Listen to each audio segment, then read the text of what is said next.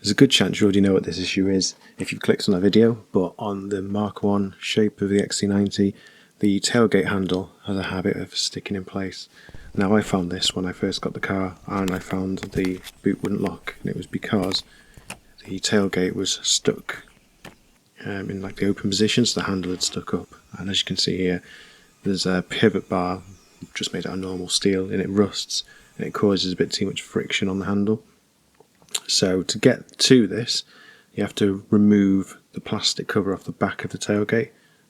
Start off first of all with the courtesy light that just pops out, as you can see on there. So you want to disconnect that and get that out of the way.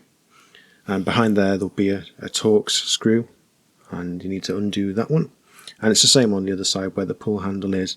The pull handle itself just clips on, but it can be a bit of a nightmare. So as you see on here, there's a hinged pivot part on the bottom, and then the top clips in place. And this is me putting it back in just so you can see how hard that actually goes in. So there we go. That'll then leave you to see a screw, same position to the other side, but at the bottom left hand corner, another Torx screw, and the one behind the pull handle is the one on the right in the picture. It's slightly longer, and the one on the left is from the courtesy light.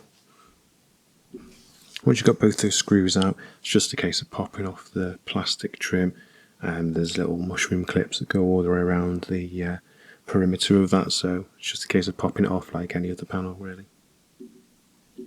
One of the first things I did once that panel was out of the way was to take out the three 10mm bolts that are holding the wiper motor, and that's because the actual lock mechanism, the handle mechanism, has some bolts behind that, and it's going to make it easier if you've got that out of the way.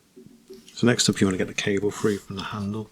So if you get the little yellow clip to the left of the wiper motor, and carefully with a flathead, you should be able to prise off that, which then gives you access to get a flathead behind on the black sliding part, and then you can just lever that out like so till it's free.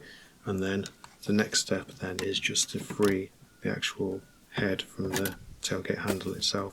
So now the cable should be completely free. You're going to want that out of the way, so just try and move it to one side so you can get to everything else quite easily. You should find on the far left and far right of each side of the tailgate there's a recess with a 10mm nut on there, and that's going to hold the far ends of the actual handle itself to the tailgate. So it's 10mm nut, and there should be just enough sort of space in there for you to get a ratchet in there without an extension on there. This is a 3/8 ratchet with a 10mm socket on it, so just enough space to remove those two. I would recommend having a magnetic reach tool for these kinds of jobs, because those two nuts, because they're in a recess, they've got a habit of falling off into the cavity of the tailgate itself, so it's useful to have a magnetic pickup tool that can go round corners and stuff like that to fetch those if they do go flying off anywhere. Next up is going to be the middle bolts for the tailgate. They sit just behind where the handle itself is, and the reason why I like to have that wiper motor loose at this point is because it's a bit tight otherwise. So you can just about fit a 10mm spanner in there, but ideally you want to be able to move that out of the way, give yourself a bit more room so you can see the nuts. I then used a 10mm socket with an extension bar on it just to get them initially undone, and then after that there's enough room for your hands to get in there, and they do undo by hand quite nicely, sort of finger tight in there. You should then be able to just lift the handle out from the outside, and I did take the opportunity at this point just to clear up around there, because there was a lot of like green mouldy gunk from traffic and I think years of water sort of settling into there. The tailgate itself is made from fiberglass, kind of plasticky stuff, so it does look like it's a homemade job with some of the cuttings out on there, but it is just how they are really for a lightweight tailgate. So with the handle free, I popped the lights out of there and took the wiring loom out, and I put the actual trim itself into a little workbench, and then you can see at the top of there's a little rusted pin, so that's the pivot pin that we saw earlier on that's all gone all rusty. So now you're going to want to find something that's small enough so you can tap through and sort of push through that rusty pivot bar. I used a screwdriver, I think, and a few other bits and pieces I'd lying around, nothing special. It did take quite a bit of work, and I was worried I was going to break the plastic, but eventually I managed to get the bar to start coming through. and as you can see there, it looks an absolute state. This is definitely the part in the process where you're going to find this is either the simplest thing or the hardest thing. It's really going to depend on what kind of condition your tailgate handle's in, but with a bit of technique and force, you're going to hopefully get that rusted bar out, and you'll end up with a setup like this. I don't know if you can tell there, but at the very top on the workbench is the actual tailgate handle itself with the handle removed. Slightly lower below there's kind of like a return spring that's long gone, snapped and weathered away, and then the rusted bars below that. You can see there's just one little bit that hasn't rusted, which is where it's gone through the plastic itself and it's kept it nice and corrosion free. There's a little rubber boot which goes over the part where we took the cable off earlier, and then the handle itself. So I took this opportunity just to clean up the handle and get rid of more of the grime off there.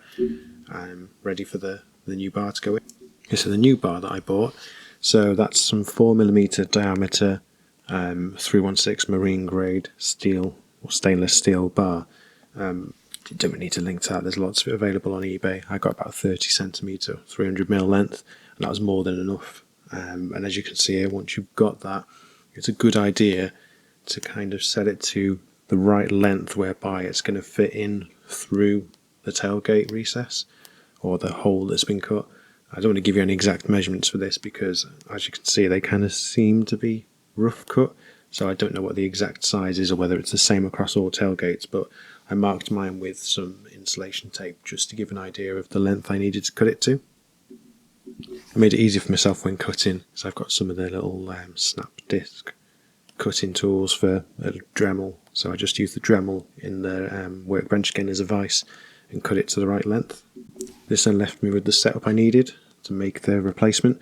So at the top there's my cut-off bar, there's still the remainder of it left in the bench there, and then there's a little inspiration. I used a spring off a clothes peg, so I did think that this was what I needed and had in mind, but I couldn't find the right nomenclature for what that kind of spring is called. So as I say, I saw one on a clothes peg and I thought, oh, that's going to do the job. So useful if you've got that sort of thing. I think most people have got a clothes peg hanging around. It can be a donor.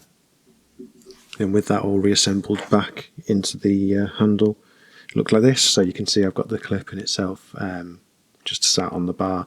And I put it so it's going to push on the handle and give it that extra bit of spring. So that normally comes from the cable itself, but as you can see, the standard setup had a spring which was long broken, and this is only going to help sort of prevent the issue from reoccurring. And that wasn't the hardest bit to do, but to give you a little bit of a helper on this, it's only one side of the handle itself, the bit on the end with where the cable attaches, that actually the bar goes through. The other bit seems to sit on it more than anything else, so that meant that I could get the bar through into the recess, fit the spring on, and then fit the handle in and through on top of that. Then just a test fit, so this is it in place, springing back nicely. As you see there, we've just got a little bit on each side which is sticking through, but that's enough to clear back into the tailgate. Then just to give you an indication, I've put all the lights back on, got everything ready, basically to go back and bolt into place exactly how I took it off in the first place, with the added bit, even though it's stainless steel bar and it should last longer than the car's going to last now, I thought it would be a good idea just to put some lithium grease on there to give it a bit more weatherproofing. Here it is back on the car, so all nicely done in place, and you can see it springs back really nice. So that's one problem resolved now, one less thing to think about. I think this is just a design flaw really. A steel bar on anything is going to rust up eventually. And of course this probably won't happen until they're well beyond the warranty period, so not exactly something Volvo perhaps needed to care about too much. But this is one of those common things where you see people trying to pick them up sort of second hand, paying £50 or more to pick up a used one off a car someone's breaking, but they're all going to have this issue unless somebody's gone through the process to modify it like this. And the costs for this change, I mean, if you've already got the tools and things like that to hand, the bar I bought was $3.99 posted on eBay. It wasn't a lot of money. And the spring, again, it's kind of optional. You don't really need to have it, but that cost me nothing because I had a clothes peg hanging around that was already broken, so I didn't even have to waste a clothes peg to do it. But clothes peg, they're cheap as anything. You can always put several sort of springs on there if you wanted to. And yeah, the grease again, optional, and I had that lying around. So there we go. Hopefully this helps save you a bit of money. It does take a bit of time. You might need to be a bit handy to do it, but it's a lot cheaper than and more successful than replacing it with one of the same, really. Yeah, let me know what you think. If you need any more help, if I've not explained something well enough, just let me know in the comments below.